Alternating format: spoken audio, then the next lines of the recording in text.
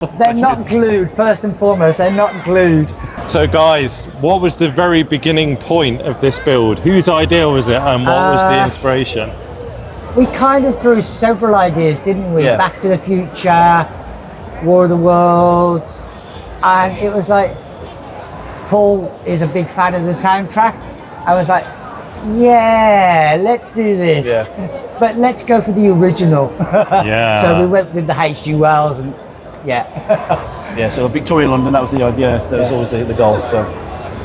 And what's the starting point? Because obviously the size of it, the scale of it, it's not like a build that you can just start throwing some bricks together. That was you, wasn't it, planning? Well, we'd already done a previous build of the same scale in terms of number of base plates, and we was like, can we do this with War of the Worlds? And I sat down with Studio, messing around, and then I thought, let's have a crazy idea. Let's do it on an angle.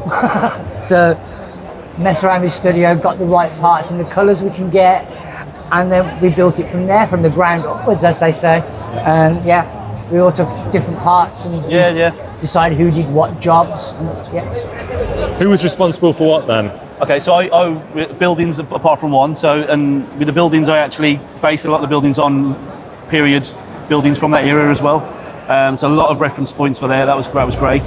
So I've done all the foliage and the trees and the park.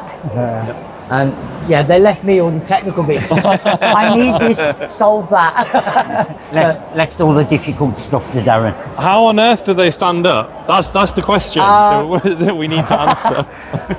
They're not glued, first and foremost, they're not glued.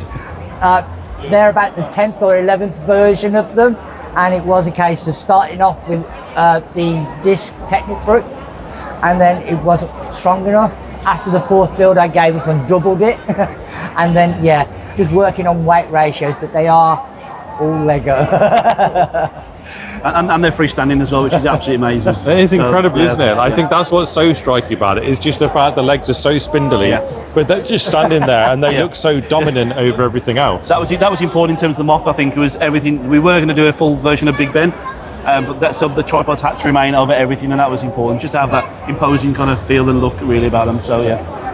And the other thing that's really striking is the fact that everything's in the middle of the scene. Like there's stuff collapsing, there's movement, there's motion and everything. Have you got any tips or tricks for people who want to kind of embed that into their own builds? Because that's a really important thing when people are creating. I think it is a case of imagine it, and then it is whatever you end up with.